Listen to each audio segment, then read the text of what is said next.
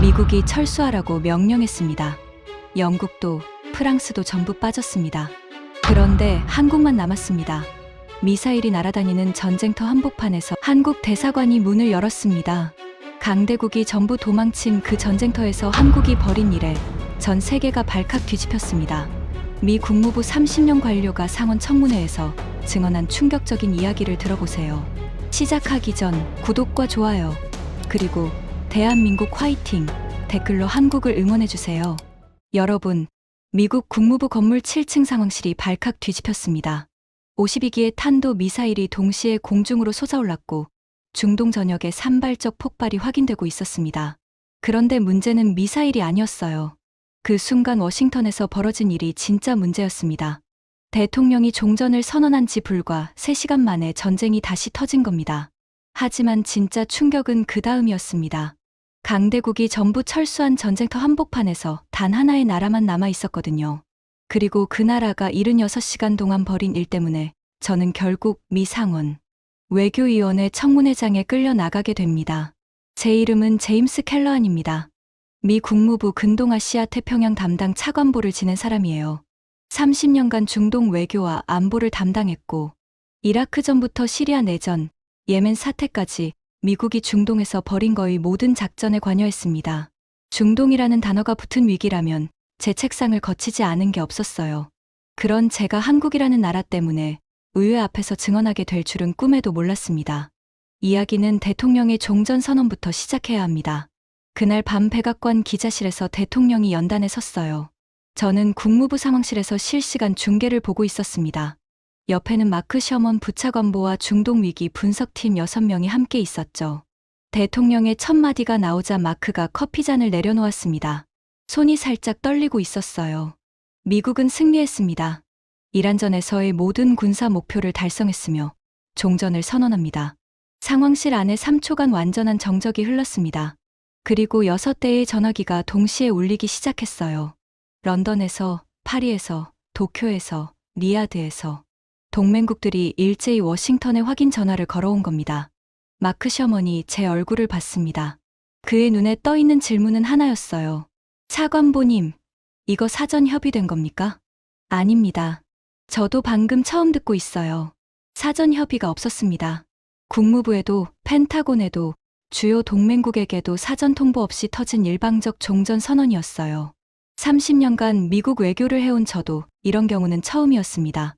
보통 종전 선언이라는 건 수개월간 물밑 협상을 거치고 동맹국과 조율하고 유엔 안보리까지 돌아간 뒤에 나오는 겁니다. 그런데 이건 기자회견장에서 갑자기 터져 나왔어요. 저는 본능적으로 불안했습니다. 왜냐하면 종전 선언의 타이밍이 너무 정치적이었거든요. 대통령 지지율이 바닥을 찍은 시점이었고 중간선거가 석 달 앞으로 다가온 상황이었습니다. 하지만 저희 불안은 곧 공포로 바뀌었어요. 종전 선언이 나온 지 27분 만에 국방정보국에서 긴급 전문이 올라왔거든요.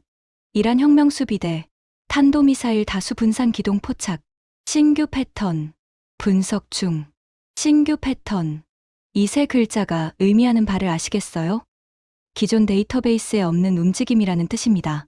미국이 수십 년간 축적한 중동 군사 데이터에 매칭되지 않는 새로운 형태의 기동이 포착된 거예요. 마크가 모니터를 가리켰습니다. 위성 화면에 빨간 점들이 하나둘 찍히고 있었어요. 이란 서부에서, 중부에서, 남부에서 동시에. 차관보님, 이건 방어적 재배치가 아닙니다. 저도 알고 있었습니다.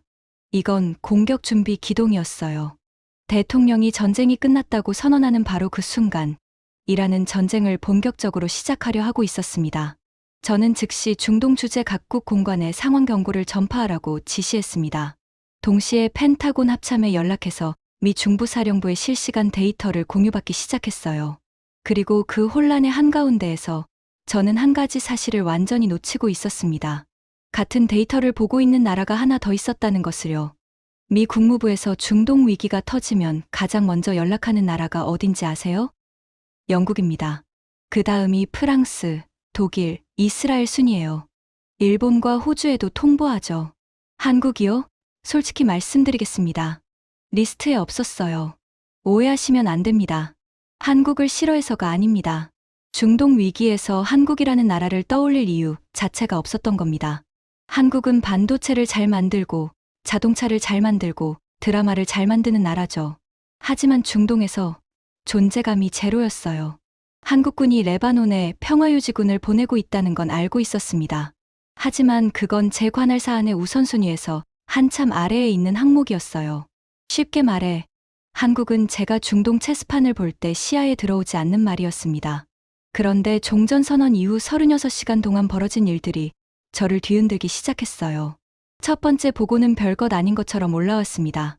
분석팀의 에밀리 천선임이 아침 브리핑에서 한 줄을 슬쩍 끼워 넣었어요. 차관보님, 특이사항 하나 있습니다. 한국이 종전선언에 대해 독자적 위기 판단 모드로 전환했다는 통보가 왔습니다. 독자적 위기 판단이요? 미국이 종전이라고 했는데? 에밀리가 고개를 끄덕였습니다. 네. 한국은 대통령의 종전선언을 정치적 발표로 분류하고 전장데이터 기반의 독립적 판단에 들어갔다고 합니다. 저는 솔직히 코웃음을 쳤습니다. 속으로 이렇게 생각했어요. 한국이 뭘 안다고 미국의 판단에 딴지를 걸어? 중동 정보 수집 능력이 미국의 몇 분의 1이나 되는 나라가? 마크 셔먼도 비슷한 반응이었어요. 그가 팔짱을 끼며 말했습니다. 한국이 중동 위성 감시 역량이 있긴 한가요? 독자 판단을 내리려면 최소한 실시간 위성 데이터가 필요할 텐데. 에밀리가 잠깐 서류를 넘기더니 대답했습니다. 정확한 역량은 파악되지 않았습니다만 한국 측이 자체 분석 보고서를 우리 쪽에 공유해왔는데요. 잠깐 확인해 보시겠습니까?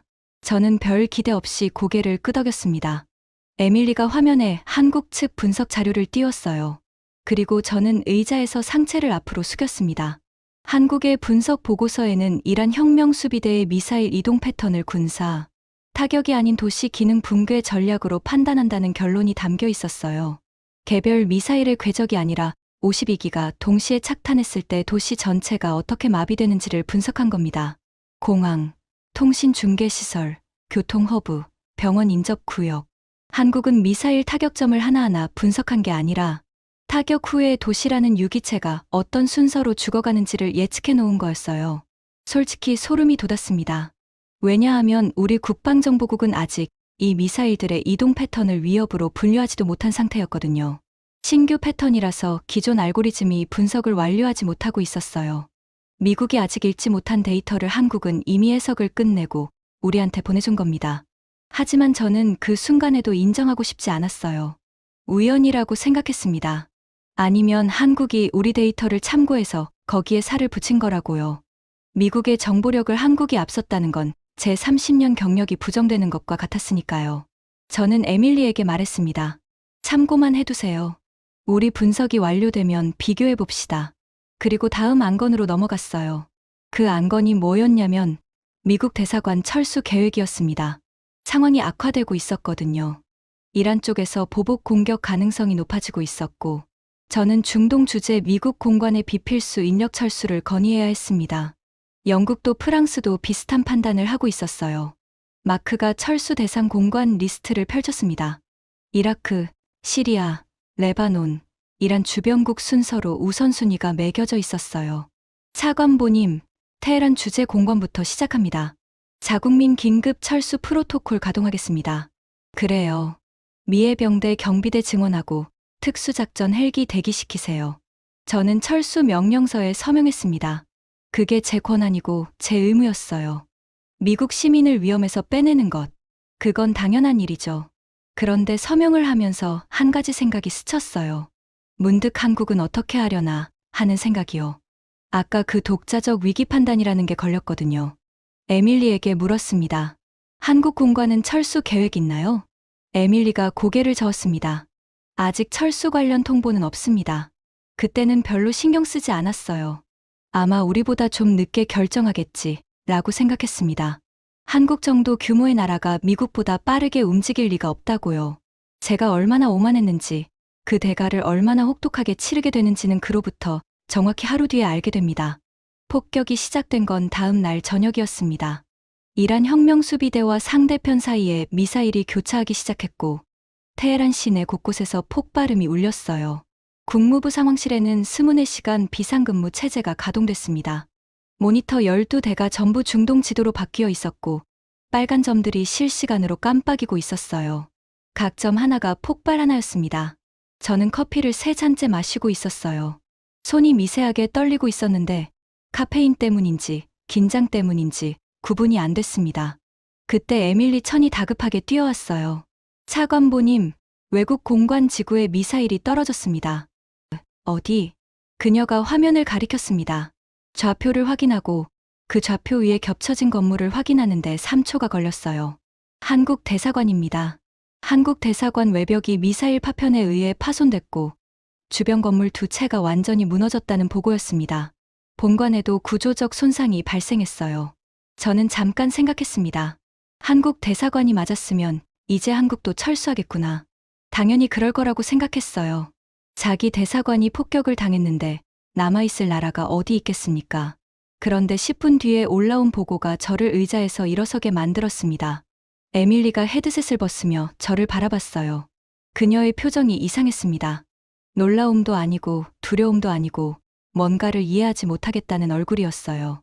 차관보님, 한국 대사관이 방공호를 개방했습니다. 자국민이 아니라 현지 민간인 전체를 대상으로요. 뭐라고요? 에밀리가 화면을 전환했습니다.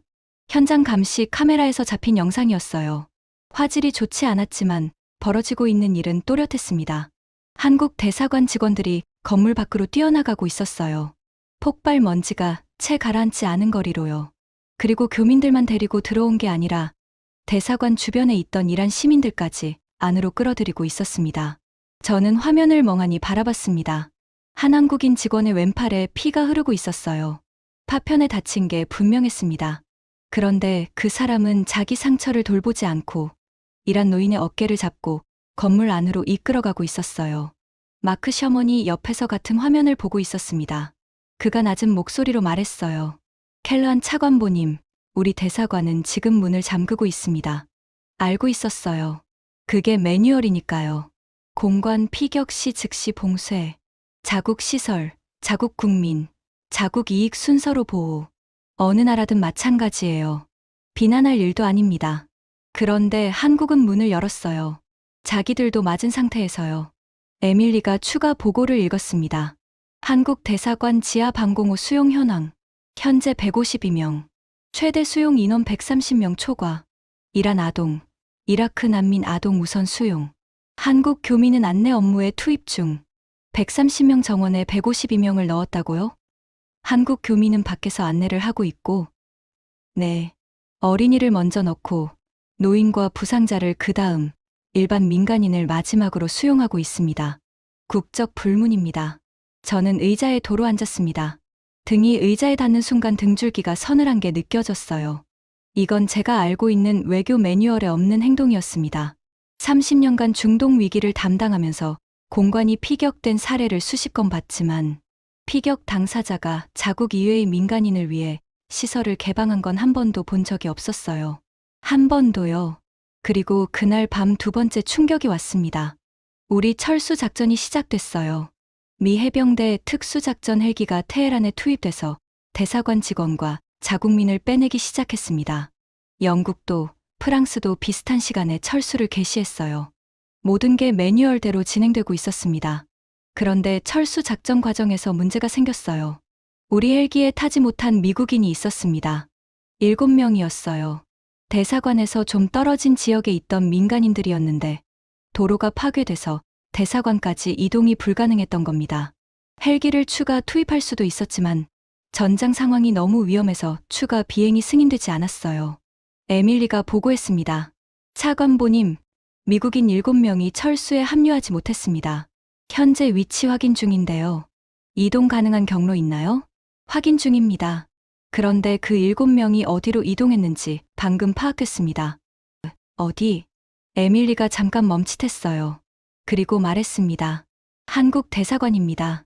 미국 대사관이 떠난 걸 알고 한국 대사관으로 간 겁니다. 저는 이마를 손으로 짚었습니다. 미국 시민이 미국 대사관이 떠난 뒤에 한국 대사관으로 피신한 거예요. 30년간 미국 외교를 해오면서 이런 상황은 단 한 번도 겪어본 적이 없었습니다. 미국인이 미국의 보호를 받지 못해서 다른 나라 대사관에 가야 하는 상황. 그것도 한국이라는 제 리스트에도 없던 나라의 대사관에요. 마크가 조심스럽게 물었어요. 한국 측에서 받아줬습니까? 에밀리가 고개를 끄덕였습니다. 즉시 수용했습니다. 그리고 그 미국인 중 전직 해병대 출신 2명을 대피 작전 지원 인력으로 편성했다고 합니다. 자기 나라가 버리고 간 미국인을 한국이 주어서 그것도 작전팀으로 만들었다고요? 그날 밤 저는 사무실에서 잠을 잘 수 없었습니다. 모니터 불빛 아래에서 한국 대사관 상황 보고를 계속 읽었어요. 그리고 머릿속에서 하나의 질문이 멈추지 않았습니다. 한국은 왜 안 빠지지? 미국이 빠졌고, 영국이 빠졌고, 프랑스가 빠졌습니다. 자국민 보호라는 완벽한 명분이 있었어요. 한국도 빠지면 아무도 비난하지 않았을 겁니다. 그런데 한국은 남았어요. 문을 열고, 사람을 받고, 추가 수용 공간을 확보하면서 더 많은 사람을 들이고 있었습니다. 그리고 그 순간 한국 측에서 공식 통보가 하나 올라왔어요. 에밀리가 읽어줬는데 단 한 문장이었습니다. 대한민국 공관은 철수하지 않습니다. 저는 그 문장을 2번 읽었습니다. 그리고 3번째 읽을 때 비로소 깨달았어요. 이건 단순한 외교적 결정이 아니라는 걸요. 이건 선언이었습니다. 그런데 그때는 아직 몰랐어요. 한국이 남는다는 게 어떤 의미인지, 그 나라가 앞으로 76시간 동안 무엇을 해내는지를 보기 전까지 저는 여전히 한국을 과소평가하고 있었습니다. 그리고 그 대가를 저는 미상원 청문회장에서 치르게 됩니다. 한국 대사관 피격 소식이 워싱턴에 전해진 뒤 저는 한 가지 업무에 매달려야 했습니다. 미국인 7명의 안전 확인이었어요. 미국 시민이 타국 공관에 의탁하고 있는 상황. 이건 국무부 입장에서 외교적으로도 정치적으로도 극히 민감한 문제였습니다. 에밀리 천서님에게 지시했어요. 한국 공관과 직접 통신 채널 열어요. 우리 국민 7명 상태부터 확인합시다. 연결까지 11분이 걸렸습니다. 한국 공관 비상대응팀 소속 최진우 참사관이라는 분이 받았어요. 통화 너머로 폭발음이 간헐적으로 들렸습니다. 그런데도 그의 목소리는 놀랍도록 차분했습니다. 켈러한 차관보님, 한국 공관입니다. 미국 국적 민간인 7명 전원 확인 완료했습니다. 경상 2명, 나머지 5명은 외상 없습니다. 현재 방공호 안에서 의료 점검 진행 중입니다. 저는 안도하면서도 동시에 복잡한 감정이 들었어요. 우리가 빼내지 못한 사람들을 한국이 돌보고 있다는 사실 자체가 국무부 차관보로서 견디기 어려운 현실이었거든요. 감사합니다. 참사관님. 그 7명을 우리 쪽으로 이동시킬 방법이 있겠습니까? 잠깐 침묵이 흘렀어요. 그리고 최진우 참사관이 대답했습니다. 차관보님, 솔직히 말씀드리겠습니다. 현재 대사관 반경 3km 안에 안전한 이동 경로가 없습니다. 도로 3곳이 파괴됐고 나머지 경로는 산발적 교전 구역과 겹칩니다. 지금 이 7분을 밖으로 내보내는 건 위험합니다. 그러면 어떻게 하실 겁니까? 저희가 보호하겠습니다. 미국인이든 이란인이든 지금 이 건물 안에 있는 사람은 전부 저희 책임입니다. 저희 책임이라고요. 미국 시민의 안전을 한국 외교관이 자기 책임이라고 말하고 있었습니다. 통화를 끊고 나서 마크 셔먼이 제 얼굴을 물끄러미 바라봤어요. 차관보님, 한국 참사관이 우리 국민을 보호하겠다고 했습니다. 근데 우리는 한국 국민이 중동에서 위험에 처했을 때 한 번이라도 저렇게 말한 적 있습니까? 저는 대답하지 않았습니다. 대답할 수 없었어요. 그리고 상황은 더 심각해지기 시작했습니다. 테헤란 공항이 폐쇄된 겁니다. 이란 방공망이 테헤란 반경 350km 내 비행금지 구역을 선포하면서 민간 수송기 이착륙이 전면 중단됐어요. 하늘이 닫혔습니다. 그리고 거의 동시에 바다도 닫혔어요. 이란 혁명수비대 해군이 호르무즈 해협에 기뢰를 투하하기 시작했거든요. 핵심수로 3곳을 선택적으로 차단했습니다. 호르무즈 해협이 뭔지 아시겠어요? 전 세계 원유의 22%가 통과하는 해상 대동맥입니다. 하루 수천만 배럴의 원유가 흐르는 곳이에요. 그 혈관을 이란이 집게로 집어막은 겁니다. 국제 유가가 폭등했어요. 기뢰 투하 소식이 전해진 지 4시간 만에 국제 유가가 전일 대비 43% 치솟았습니다. 뉴욕, 런던, 도쿄, 서울 전 세계 증시가 동시에 흔들렸어요. 보험사들이 중동행 선박보험 인수를 전면 거부하기 시작했고 보험이 없으면 배가 못 뜹니다. 배가 못 뜨면 원유가 안 움직이고 원유가 안 움직이면 공장이 멈추고 공장이 멈추면 사람이 일자리를 잃어요. 기뢰 3줄이 세계 경제의 도미노를 건드린 겁니다. 펜타곤에서 긴급 회의가 열렸습니다. 미 제호함대가 페르시아만에 항모 전단을 배치하고 있었지만 기뢰 해역에 진입하는 건 보류 중이었어요. 이유는 간단합니다. 기뢰밭에 군함을 넣는 건 천문학적인 리스크거든요. 기뢰 하나에 구축함이 침몰할 수 있고 그 순간 이란과의 전면전으로 비화될 수 있어요. 모두가 계산하고 있었습니다. 유엔 안보리 긴급회의가 소집됐는데 의제가 기뢰 제거가 아니라 기뢰 제거 시 발생 가능한 분쟁 확대 방지논의였어요. 기뢰를 치우는 게 아니라 기뢰를 치울 때 싸움이 커지면 어쩌나를 논의한다는 겁니다. 마크가 안보리 의제를 읽다가 쓴웃음을 지었어요. 바다에 사람이 빠져 있는데 구하러 들어가면 물이 튈까봐 회의하는 꼴이네요. 저도 같은 생각이었습니다. 하지만 현실적으로 미국이 기뢰밭에 함정을 집어넣을 경우 정치적 파장이 감당 불가였어요. 전쟁을 끝냈다고 선언한 대통령이 사흘 만에 군함을 기뢰밭에 넣는 거잖아요. 종전선언 자체가 거짓말이었다는 걸 스스로 인정하는 꼴이니까요. 그래서 미국은 움직이지 않았습니다. 영국도 프랑스도 마찬가지였어요. 그런데 그 교착 상태가 이어지는 동안 페르시아만 해상에서 예상치 못한 움직임이 포착됐어요. 에밀리가 모니터를 가리켰습니다. 차관보님, 한국 해군입니다. 한국 해군 구축함이 페르시아만을 향해 이동하고 있습니다. 뭐라고요? 구축함만이 아닙니다. 기뢰 제거 전문 장비를 탑재한 소해함과 특수전 병력이 함께 편성돼 있습니다. 저는 화면을 확대하라고 했어요. 편성 내역을 확인하는데 30초가 걸렸습니다. 이건 순찰이 아닙니다. 이건 작전이에요. 명확한 목적을 가진 전투 편성이었습니다. 기뢰를 제거하겠다는 거예요. 미국도 영국도 프랑스도 들어가지 않는 그 해역에 한국이 들어가겠다는 겁니다. 마크 셔먼이 제 옆에서 같은 화면을 보고 있었어요. 그가 팔짱을 풀고 두 손을 책상 위에 올려놓으며 말했습니다. 미 제호함대 항모가 바깥에서 대기하고 있는데 한국 구축함이 기뢰밭 안으로 들어가고 있습니다. 그 한마디가 모든 걸 요약하고 있었어요. 세계 최강 해군력을 가진 나라가 밖에서 지켜보는 동안 한국이 기뢰밭으로 들어가서 길을 뚫고 있었습니다. 한국 해군 특수부대가 호르무즈 해협 핵심 수로에서 기뢰 제거 작전에 돌입했습니다. 수심이 얕은 구간에서는 전투 잠수사들이 직접 물속에 들어가 기뢰를 무력화했고 깊은 구간에서는 소해 장비를 이용한 원격 제거가 진행됐어요. 저는 국무부 상황실에서 실시간으로 작전 경과를 추적하고 있었습니다. 솔직히 말하면 반쯤은 실패하기를 바랐을 수도 있어요. 한국이 성공하면 그건 미국이 못한 일을 한국이 해냈다는 뜻이니까요. 그건 저한테도 미국한테도 견디기 어려운 현실이었습니다. 하지만 18시간 뒤 보고가 올라왔어요. 에밀리의 목소리가 떨리고 있었습니다. 차관보님, 세계 수로 중 첫 번째가 개통됐습니다. 하나가 열렸어요. 고작 하나. 그렇게 생각하실 수도 있겠죠. 하지만 그 하나가 열리자마자 페르시아만에 묶여있던 국제유조선 9척이 한국 해군의 호위를 받으며 항해를 재개했습니다. 9척이 실어 나르는 원유량만 해도 하루 수백만 배럴이에요. 유가가 소폭 하락 반전했고 세계 금융시장에 한 줄기 안도감이 퍼졌습니다. 그런데 저를 진짜 놀라게 한 건 따로 있었어요. 파리 주재 미국 대사관에서 연락이 왔거든요.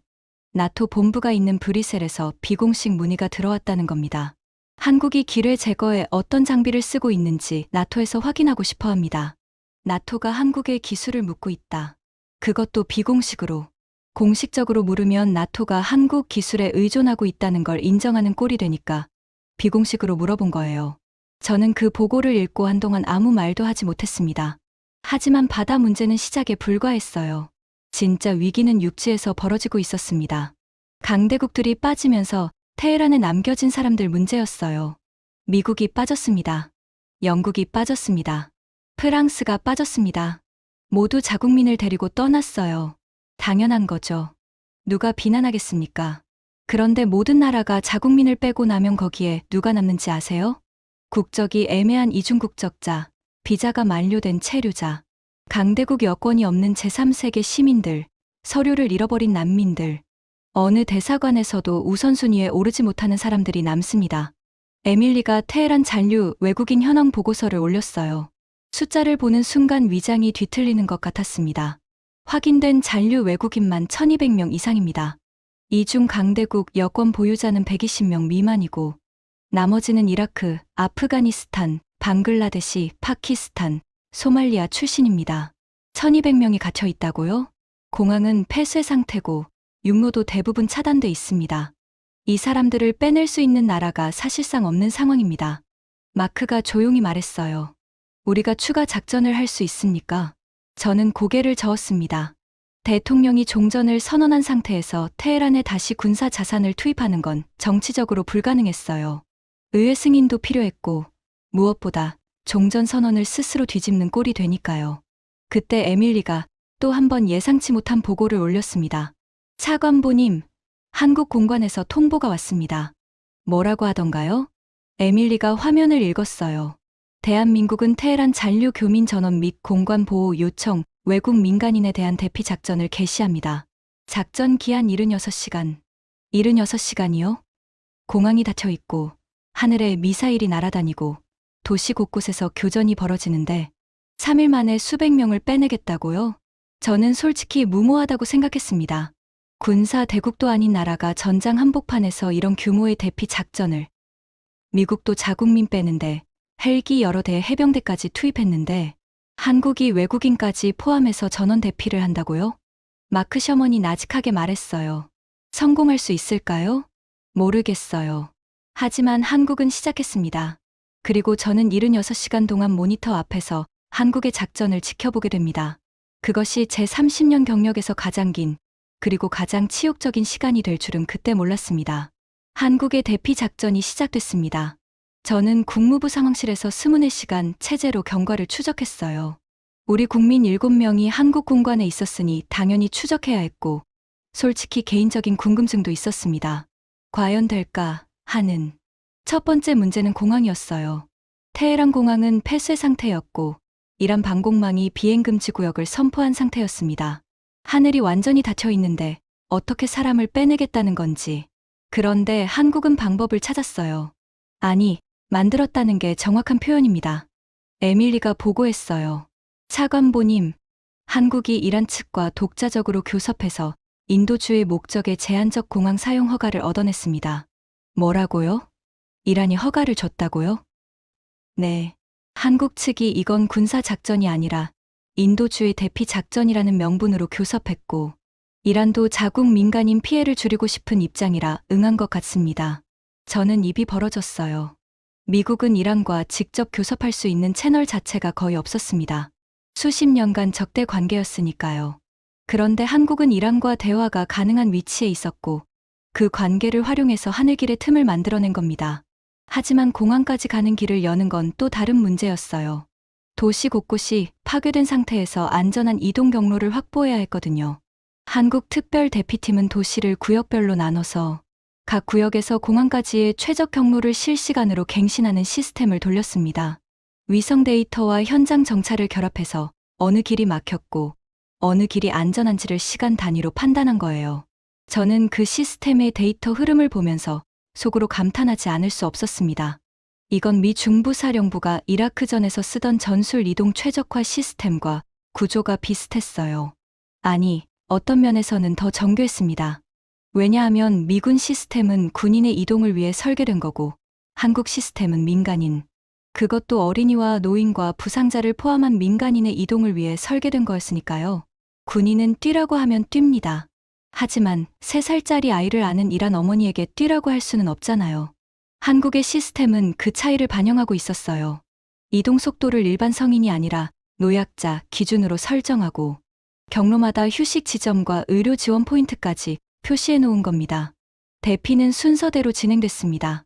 먼저 한국 교민과 가족, 그 다음 한국 공관의 보호를 요청한 외국 민간인, 마지막으로 주변 지역에서 추가 확인된 고립 민간인. 에밀리가 첫째 날 경과를 보고했어요. 첫째 날 대피 완료 347명. 한국 교민 198명, 외국 민간인 149명입니다. 347명. 하루 만에 347명을 전장 한복판에서 빼냈습니다. 둘째 날은 더 많았어요.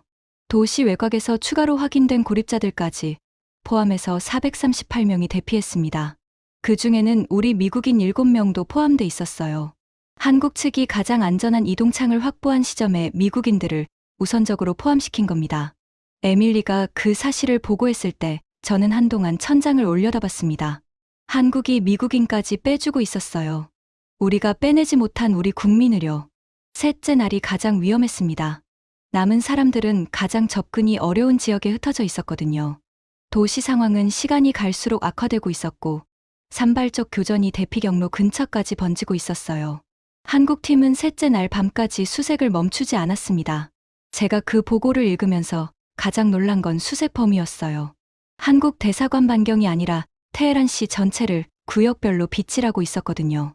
남의 나라 수도를 자기 나라 영토처럼 뒤지고 있었습니다. 그리고 마지막 수송이 시작됐어요.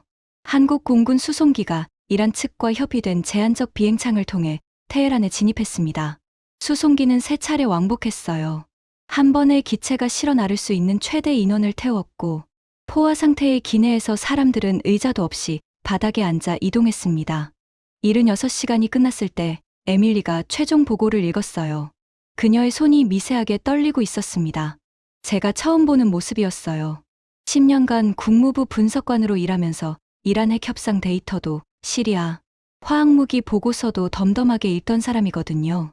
총 대피 인원 1623명입니다. 저는 숫자를 받아 적었어요. 한국 교민 430명, 이란 시민 597명, 이라크 난민 214명, 아프가니스탄 출신 가족 87명, 미국인 7명, 유럽인 14명, 파키스탄 출신 47명, 방글라데시 출신 23명, 소말리아 출신 12명, 국적 미확인 아동 12명, 기타 자녀 인원. 한국 교민은 430명이었습니다. 전체 1623명 중 27%도 되지 않았어요. 나머지 73%, 1193명은 한국 사람이 아니었습니다. 마크 셔먼이 같은 숫자를 보고 있었어요.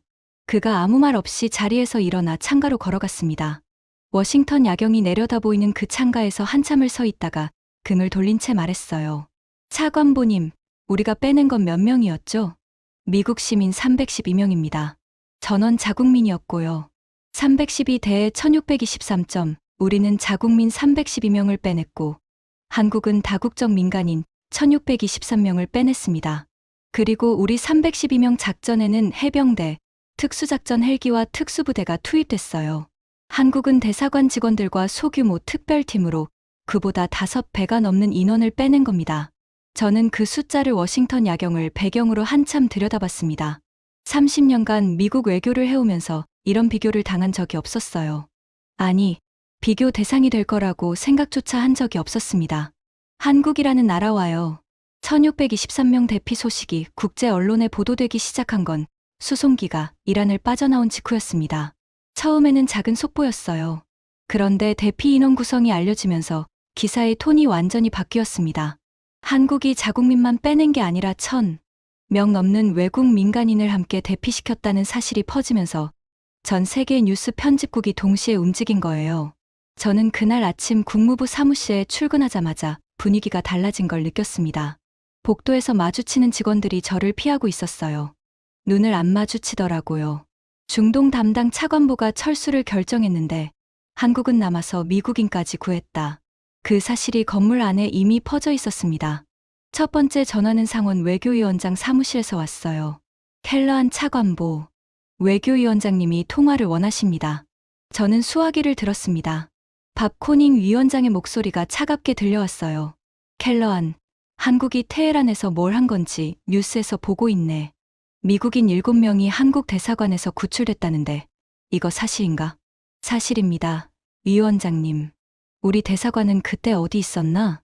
철수한 뒤였습니다. 3초간 침묵이 흘렀어요. 전화기 너머에서 코닝 위원장이 숨을 고르는 게 들렸습니다.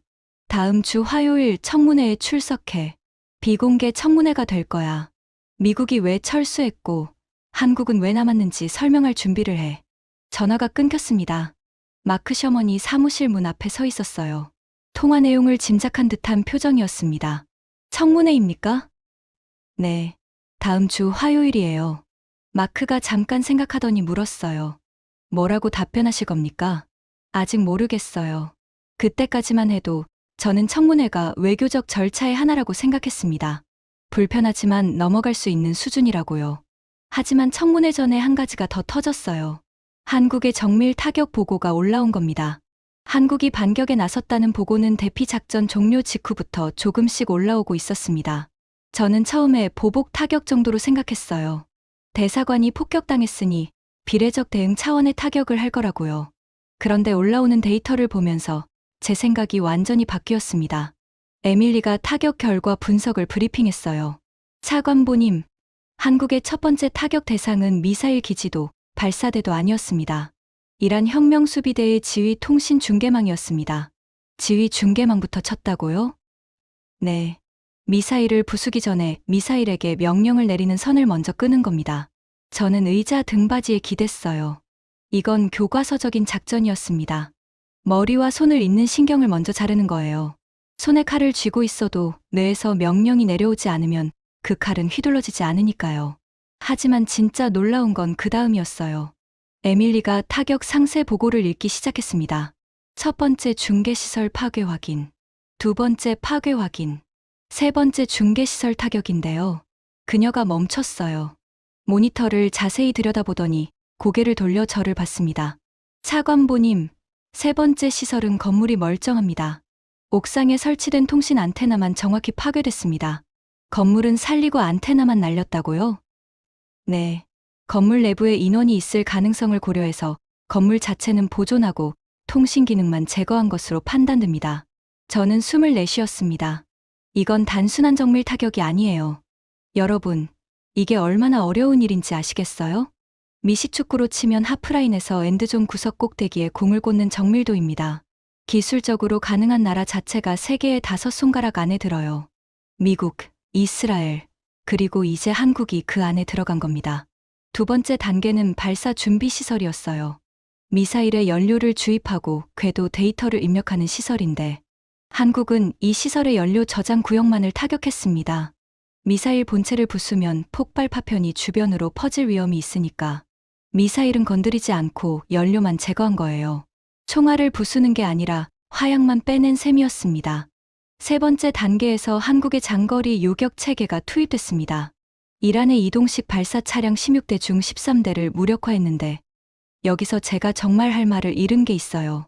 에밀리가 말했습니다. 차관보님, 발사 차량 13대 무력화 확인. 그런데 차량 승무원 사상자 보고가 단 한 건도 올라오지 않았습니다. 뭐라고요? 13대를 잡았는데 사상자가 없다고요? 발사대 장비만 무력화했습니다. 차량 자체와 승무원은 피해가 없는 것으로 확인됩니다. 장비만 부수고 사람은 안 죽였다. 13대를요.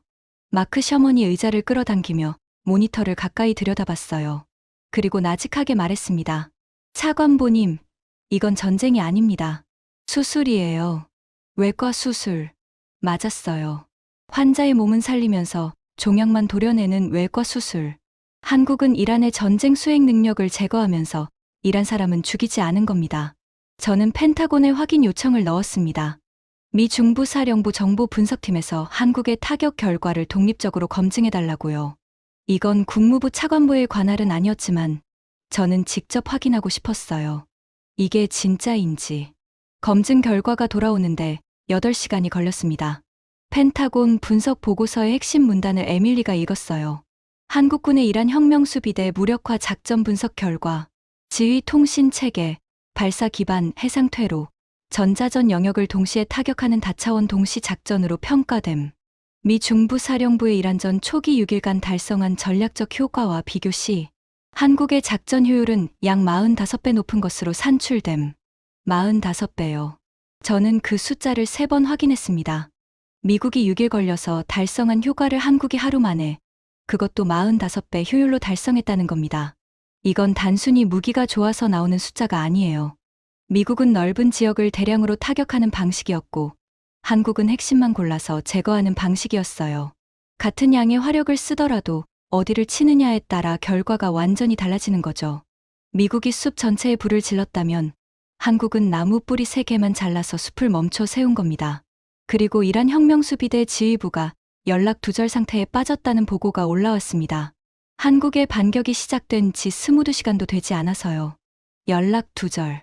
이 두 글자가 군사 용어로 얼마나 무서운 뜻인지 아시나요?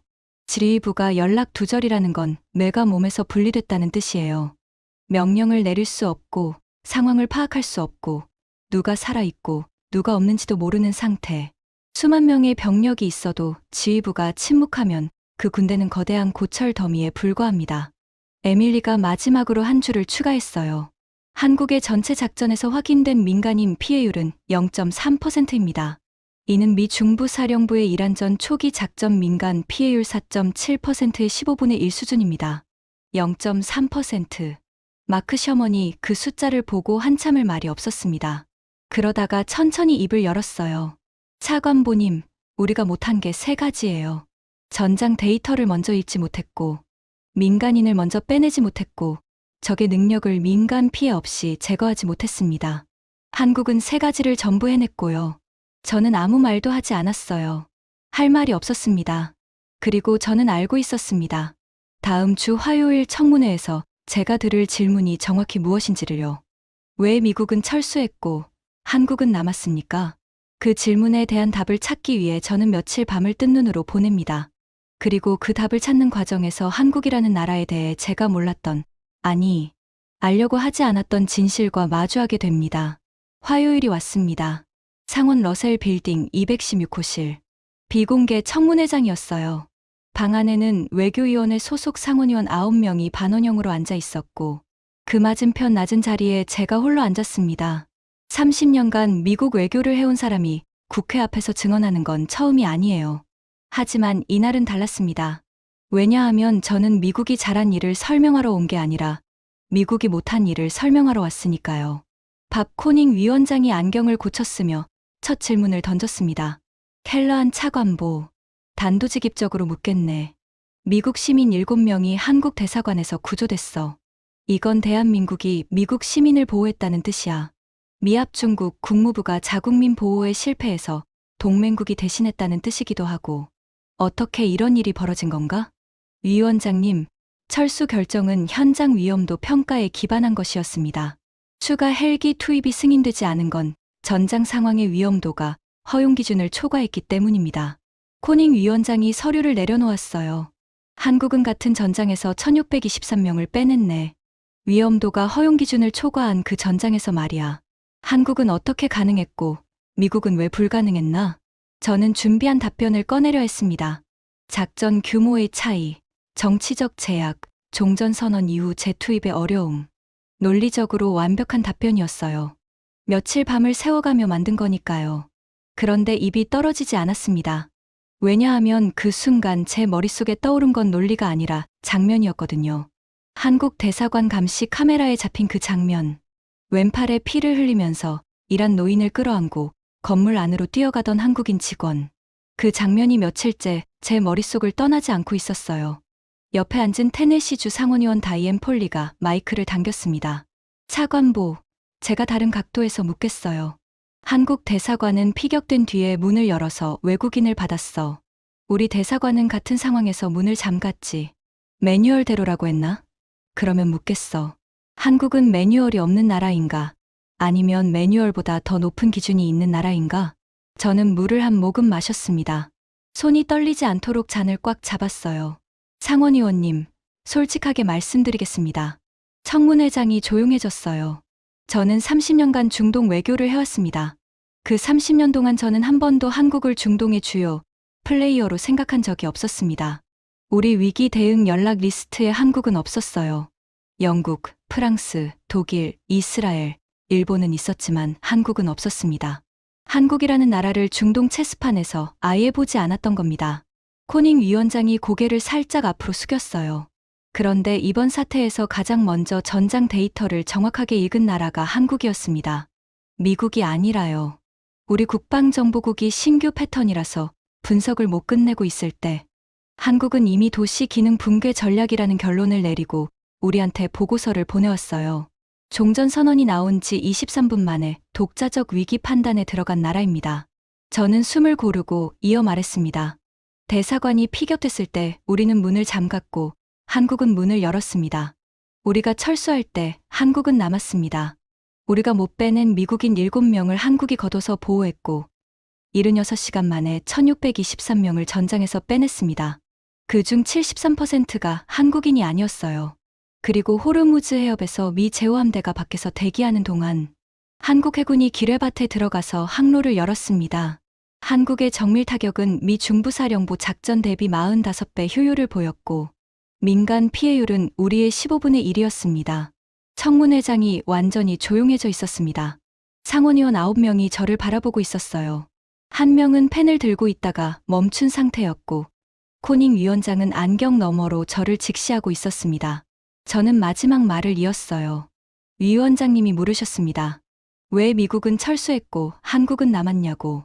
저는 며칠 밤을 뜬 눈으로 보내면서 그 답을 찾으려 했습니다. 우리에게 없고 한국에게 있는 것이 무엇인지를요. 저는 잠깐 멈췄습니다.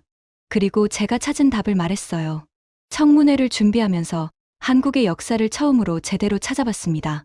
한국이 왜 저런 대피 작전을 할 수 있는 나라인지 이해하기 위해서요. 그리고 하나를 발견했습니다. 숨을 한번 들이쉬었어요. 한국 전쟁이요. 한국은 전쟁을 겪은 나라입니다. 그런데 제가 몰랐던 건 한국이 겪은 건 전쟁만이 아니라 피난이었다는 겁니다. 흥남철수 작전이라는 게 있어요. 전쟁 중에 수만 명의 민간인이 배 한 척에 매달려서 남쪽으로 내려왔습니다. 영하의 날씨에 폭격 속에서 아이를 잃고 부모를 잃고 아무것도 없이 도망쳤어요. 코닝 위원장의 표정이 달라졌습니다. 옆에 앉은 다이앤 폴리 의원이 입술을 꽉 다물고 있었어요. 그때 그 배에 타지 못한 사람들이 있었고 타지 못해서 죽은 사람들이 있었습니다. 그리고 그 기억이 한국이라는 나라의 유전자에 새겨진 겁니다. 배에 타지 못한 사람의 고통을 아는 나라. 그래서 한국은 테헤란에서 문을 열었던 겁니다. 이란 아이든 아프가니스탄 난민이든 미국인이든 상관없이 배에 태울 수 있으면 태우는 거예요. 왜냐하면 태우지 못했을 때의 고통을 70년 넘게 기억하고 있는 나라니까요. 제 목소리가 갈라졌어요. 스스로도 놀랐습니다. 30년간 의회 앞에서 수십 번 증언하면서 목소리가 갈라진 적은 단 한 번도 없었거든요. 위원장님, 저는 이제 답을 알고 있습니다. 왜 미국은 철수했고 한국은 남았는지. 우리에게는 매뉴얼이 있었습니다. 위험도가 허용 기준을 초과하면 철수한다. 논리적으로 완벽하고 법적으로 하자가 없고 누구도 비난할 수 없는 매뉴얼이에요. 하지만 한국에게는 매뉴얼보다 앞서는 것이 있었습니다. 기억이요. 전쟁의 기억, 피난의 기억, 누군가를 태우지 못했던 기억. 그 기억이 매뉴얼보다 강했던 겁니다. 청문회장에 5초간 완전한 정적이 흘렀습니다. 코닝 위원장이 안경을 벗었어요. 안경을 닦는 척하면서 눈가를 훔치는 게 보였습니다. 60년대생 보수파 공화당 상원의원이 비공개 청문회장에서 안경을 닦는 척하며 눈물을 닦고 있었어요. 그가 안경을 다시 쓰고 천천히 말했습니다. 켈러안, 한 가지만 더 묻겠네. 네, 위원장님. 자네 의견으로는 미국이 한국에서 배울 것이 있나? 제가 이 질문에 뭐라고 대답했는지 아세요? 있습니다. 하나가 아니라 많습니다. 하지만 가장 먼저 배워야 할 건 이겁니다. 매뉴얼 바깥에 있는 것들에 대해서도 책임질 줄 아는 나라가 되는 것. 한국은 그걸 보여줬습니다. 그리고 솔직히 말씀드리면 그 모습이 부러웠습니다. 부러웠다고요. 미 국무부 차관보가 상원 앞에서 한국이 부러웠다고 증언한 겁니다. 코닝 위원장이 서류를 정리하며 청문회 종료를 선언했어요. 상원의원들이 하나둘 자리에서 일어나기 시작했습니다. 그때 다이앤 폴리 의원이 제 앞에 멈춰 섰어요. 그녀는 제 어깨를 한번 가볍게 두드리고 아무 말 없이 지나갔습니다. 그 한 번의 터치가 어떤 긴 말보다 많은 걸 담고 있었어요. 청문회가 끝난 뒤 저는 사무실로 돌아오지 않았습니다. 워싱턴 내셔널 몰을 걸었어요. 한국전쟁 참전용사 기념관 앞에 서게 된 건 우연이 아니었을 겁니다. 발이 저절로 그리로 향했으니까요. 비가 내리고 있었습니다. 참전용사 기념관의 스테인리스 스틸 병사 조각상 19개가 빗속에 서 있었어요. 우비를 입고 소총을 든 병사들. 비에 젖은 금속 표면에 주변 나무와 하늘이 반사되고 있었습니다. 저는 그 조각상들을 한참 바라봤어요. 이 병사들이 70년 전에 한국 땅에서 싸웠습니다. 미국 젊은이들이 이름도 모르는 나라를 위해 바다를 건너가서 죽었어요. 그리고 그 전쟁에서 살아남은 한국 사람들의 후손이 70년 뒤에 중동 한복판에서 미국인을 구하고 있었습니다. 역사라는 게 이런 건가 싶었어요. 한 세대가 뿌린 씨앗이 70년 뒤에 이렇게 열매를 맺는 건가. 그때 전화가 울렸습니다. 에밀리 천이었어요. 차관보님, 중동 8개국에서 한국 대사관에 자발적으로 지원 물자가 도착하고 있습니다. 카타르에서 수송 차량, 쿠웨이트에서 의료 인력, 오만에서 연료 보급. 한국이 요청한 게 아니라 각국이 자발적으로 보낸 겁니다. 왜요? 에밀리가 잠깐 멈췄다가 말했어요. 테헤란에서 한국이 한 일을 다 봤으니까요. 일한 사람을 살리고, 난민을 살리고, 미국인까지 살린 나라한테 중동이 보답하는 겁니다. 저는 전화를 끊고 빗속에서 한참을 더 서 있었습니다. 그리고 깨달았어요. 한국이 중동에서 보여준 건 군사력의 우위가 아니었습니다. 더 빠르게 분석하고, 더 정밀하게 타격하고, 더 많은 사람을 구한 건 사실이에요. 하지만 그건 결과물이지 본질이 아니었어요. 본질은 이거였습니다. 한국은 전쟁 한복판에서 사람을 먼저 세운 겁니다.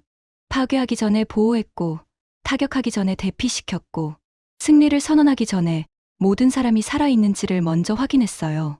그리고 그 사람이 한국 사람인지 아닌지는 따지지 않았습니다. 미국은 30년간 중동에서 전쟁의 시작을 결정하는 나라였어요. 하지만 한국은 이번에 전쟁 속에서 사람을 살리는 방법을 보여준 나라였습니다. 전쟁을 시작하는 힘과 전쟁 속에서 사람을 살리는 힘. 어느 쪽이 더 강한 힘인지는 여러분이 판단하시겠지만 저는 이제 알고 있어요. 사무실로 돌아왔을 때 마크 셔먼이 커피를 내밀었습니다. 청문회 어떻게 됐습니까? 솔직하게 말했어요. 마크가 고개를 끄덕였어요. 잘하셨습니다. 마크, 나 하나 고백할 게 있어. 뭡니까? 나 한국어 공부 시작했어. 마크가 멈칫했어요. 그러더니 피식 웃었습니다. 저도요. 사실 지난주부터요. 저는 웃었어요. 한참을 웃었습니다. 30년간 중동만 바라보던 미 국무부 관료 2명이 동시에 한국어를 배우기 시작했다는 게 우스우면서도 자연스러웠어요. 그리고 제 책상 위에는 한국에서 온 편지 하나가 놓여 있었습니다. 최진우 참사관이 보낸 거였어요. 짧은 편지였습니다. 켈러한 차관보님, 미국인 7분 모두 안전하게 귀국하셨다는 소식 들었습니다. 다행입니다. 한 가지만 말씀드리고 싶습니다. 저희가 테헤란에서 한 일은 한국을 위해서 한 게 아닙니다. 사람을 위해서 한 겁니다. 다음에는 미국과 함께 하고 싶습니다. 함께라면 더 많은 사람을 구할 수 있을 테니까요. 함께라면 더 많은 사람을 구할 수 있을 테니까요. 저는 그 편지를 서랍에 넣지 않았습니다. 액자에 넣어서 제 책상 위에 올려놨어요. 지금도 거기 있습니다. 여러분, 저는 30년간 미국이 세계에서 가장 강한 나라라고 믿어왔습니다. 그리고 그 믿음은 지금도 변하지 않았어요. 하지만 이번 일을 겪으면서 하나를 배웠습니다. 강한 나라는 전쟁을 시작할 수 있는 나라입니다. 하지만 위대한 나라는 전쟁 속에서도 사람을 먼저 세우는 나라예요. 미국은 강한 나라입니다. 한국은 위대한 나라였어요. 그리고 저는 이제 알고 있습니다. 한국이 왜 남았는지를요. 70년 전에 피난길에서 배에 타지 못했던 사람들의 기억 때문이에요. 그 기억이 테헤란에서 문을 열게 했고, 호르무즈에서 기뢰밭에 들어가게 했고, 76시간 동안 1623명의 목숨을 건져내게 했습니다. 저는 제임스 켈러안입니다. 미 국무부에서 30년을 보낸 사람이에요. 그리고 지금은 한국어를 배우고 있는 사람입니다. 왜냐고요? 피난길에서 주먹밥 하나를 건넸던 이름 모를 누군가의 이야기를 원어로 읽고 싶어서요. 한국이라는 나라를 만든 건 반도체도, 미사일도, 구축함도 아니었습니다. 전쟁 속에서도 옆 사람의 손을 놓지 않았던 사람들이었어요. 그리고 그 손은 지금 세계를 향해 펼쳐져 있습니다. 지금까지 미 국무부 30년 관료가 증언한 충격적인 이야기였습니다. 강대국이 모두 떠난 전쟁터에서 한국만 남아 해낸 일, 우리 모두가 자랑스러워할 이야기입니다. 이 영상이 감동적이셨다면 주변에 널리 공유해주세요. 구독과 좋아요도 부탁드립니다. 지금까지 코리아 소울이었습니다. 감사합니다.